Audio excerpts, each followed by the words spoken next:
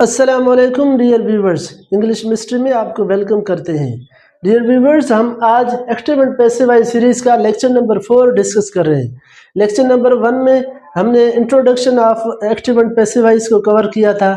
Lecture number 2 में हमने यह सीखा था कि हमें पैसिव वॉइस की क्यों ज़रूरत पड़ती है, हम इसका क्यों इस्तेमाल करते हैं। और लेक्चर नंबर 3 में हमने basic rules of passive voice को डिस्कस किया था।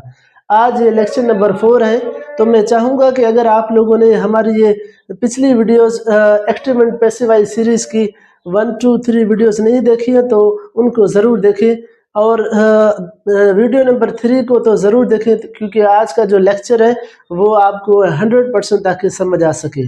तो आज वाले लेक्चर से आगे जो भी लेक्चर हैं, इनमें जो भी टेंसेज हैं वो एक्टिव से पैसिव में कन्वर्ट होते हैं, हम उनको इंशाल्लाह डिस्कस करेंगे। तो ये आज का पहला टेंस है जिसको हम आज एक्टिव से पैसिव में कन्वर्ट करना, चेंज करना सीखेंगे। तो डियर व्यूअर्स, शुरू करते हैं।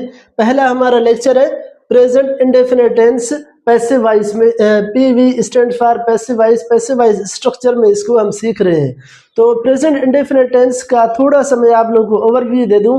प्रेजेंट इंडेफिनिट टेंस को dear viewers simple present tense भी कहते हैं। ये वो टेंस होता है जिसमें हम रोज़मर्रा मामूल के मुताबिक जो हमारे काम काज होते हैं उनको सरअंजाम देते हैं। फॉर एग्जांपल, मैं खाना खाता हूँ, वो नमाज़ पढ़ता है, तुम दरख्त काटते हो, हम गरीबों की मदद करते हैं। ये वो जुमले हैं जो हम डेली लाइफ में हम ऐसे कामों को, ऐसे जुमलों को हम बोलते हैं, बात करते हैं, ऐसे कामों को सरअंजाम देते हैं। तो इस तरह के जुमलों को आप प्रेजेंट इंडेफिनिट टेंस के जुमले कहते हैं। और ये प्रेजेंट इंडेफिनिट टेंस भी आपका एक्टिव से पैसिव में कन्वर्ट होता है। फॉर एग्जांपल, मैं एक जुमला बोल रहा हूँ, मैं एक ख़त लिखता हूँ, तो इसका पैसिव होगा एक ख़त मुझसे लिखा जाता है या एक ख़त मेरे ज़रिए लिखा जाता है। वो दरख्त काटता है, दरख्त उससे काटा जाता है या दरख्त उसके ज़रिए काटा जाता है। तो ये इसका एक्टिव का जो है पैसिव है। तो इसी चीज़ को हम आज इंशाल्लाह सीखेंगे। तो सबसे पहले डियर व्यूअर, इसकी डेफिनेशन है जो मैंने आप लोगों को ओवरव्यू में समझानी चाहिए। तो डेफिनेशन है, present tense shows that an action is done in present time. आसान डेफिनेशन है कि ये टेंस जाहिर करता है कि कोई काम, N action is done in present time, यानी मौजूदा वक्त में कोई काम होता है। उर्दू डेफिनेशन भी तारीफ मैंने आप लोगों की आसानी के लिए लिखी है। ये ज़माना जाहिर करता है कि मौजूदा ज़माने में मामूल के मुताबिक कोई काम किया जाता है। फॉर एग्जांपल, मैं नमाज़ पढ़ता हूँ, नमाज मुझसे पढ़ी जाती है, तो मौजूदा ज़माने में मामूल के मुताबिक हम रोज़ाना नमाज़ पढ़ते हैं, हम रोज़ाना खाना खाते हैं, हम रोज़ाना दरख्त मतलब कि काटे जाते हैं, काटते हैं लोग। तो मामूल के मुताबिक जो भी काम हो वो आपका प्रेजेंट इंडेफिनिट टेंस कहलाता है। तो पैसिव वॉइस में प्रेजेंट इंडेफिनिट टेंस के हेल्पिंग वर्ब है इज आर एम। एक्टिव में इज आर एम यूज नहीं होते, पैसिव में होते हैं, क्योंकि हम पैसिव वॉइस सीख रहे हैं। तो हेल्पिंग वर्ब डियर व्यूअर्स वो वर्ब्स होते हैं जो मेन वर्ब के मानों में इजाफा करते हैं। तो is are am helping verb है, is used with the subjects. Is आपका इन सब्जेक्ट के साथ इस्तेमाल होता है। ही, शी, इट या singular subject.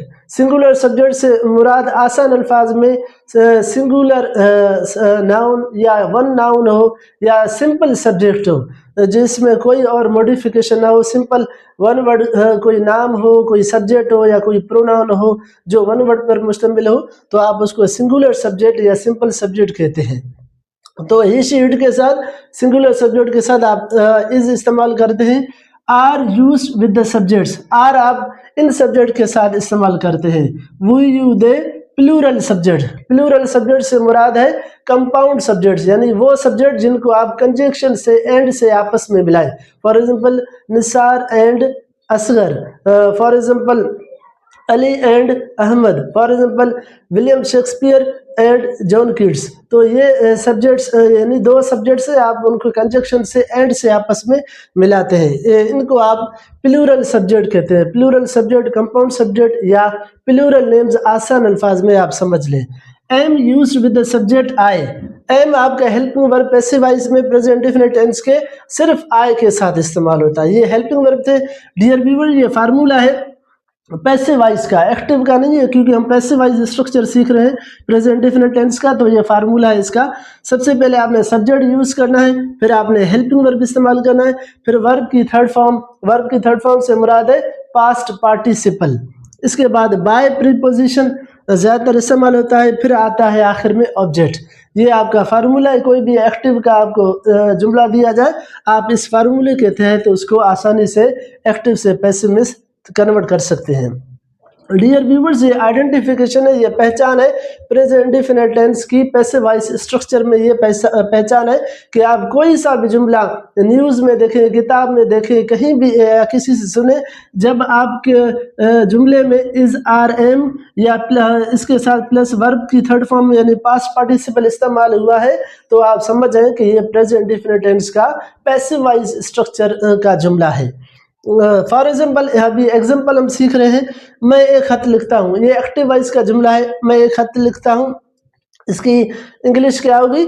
I write a letter. क्योंकि प्रेजेंट डेफिनेट के एक्टिव वॉइस में, एक्टिव स्ट्रक्चर में आप first form of the verb इस्तेमाल करते हैं। फिर ही शी इट आता है तो वर्ब के साथ एस ई एस और आई ई एस वर्ब के रूल्स के अकॉर्डिंग हम इस्तेमाल करते हैं। तो ये भाई, ये सबसे पहले ये सब्जेक्ट है एक्टिव में, ये वर्ब है, और लास्ट में क्या है? ये ए लेटर, ये आपका ऑब्जेक्ट है, ये एक्टिव का है। ठीक है, एक्टिव। अभी इसकी उर्दू में मैं एक खत लिखता हूँ, तो मैं एक खत लिखता हूँ, एक्टिव है। इसका पैसिव क्या होगा? एक खत मुझसे लिखा जाता है या एक खत मेरे जरिए लिखा जाता है। तो आपने अभी सब्जेक्ट, वर्ब और ऑब्जेक्ट को आपने हाईलाइट कर लिया। अभी आपको जो मैंने फार्मूला यहाँ पे दिया है पैसिव वॉइस का, इस फार्मूले के मुताबिक आप इस एक्टिव वाले जुमले को पैसिव में चेंज करेंगे।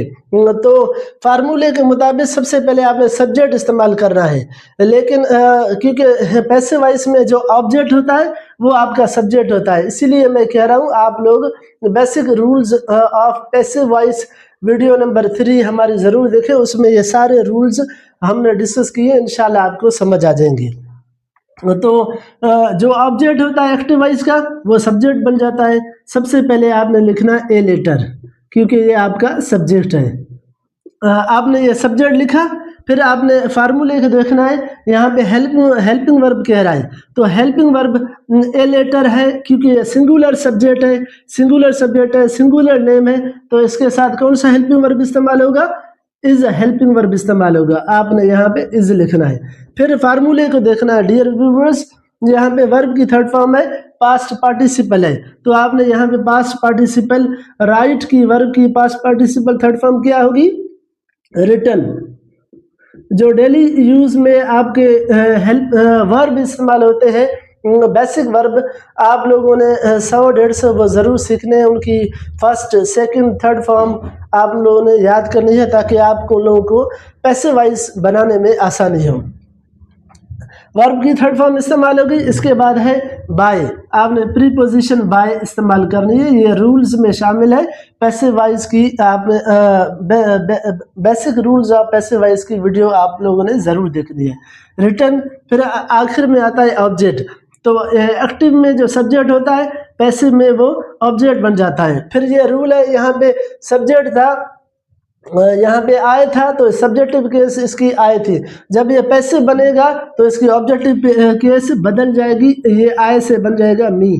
तो ये है आप लोगों का जुमला, आई राइट ए लेटर, मैं एक खत लिखता हूँ, a letter is written by me, एक खत मुझसे लिखा जाता है। तो इस सेंटेंस को हमने एक्टिव वाले को पैसिव में फार्मूले के मुताबिक और रूल्स के अकॉर्डिंग हमने इसको एक्टिव से पैसिव में चेंज किया। अगली एग्जांपल है आई डू नॉट, इसी सेंटेंस की, I do not write letter. इसकी उर्दू क्या होगी? मैं एक खत नहीं लिखता हूँ। मैं एक खत नहीं लिखता हूँ, ये एक्टिव है। इसका पैसिव क्या होगा? डेफिनेटली आप समझ गए होंगे, एक खत मुझसे नहीं लिखा जाता है।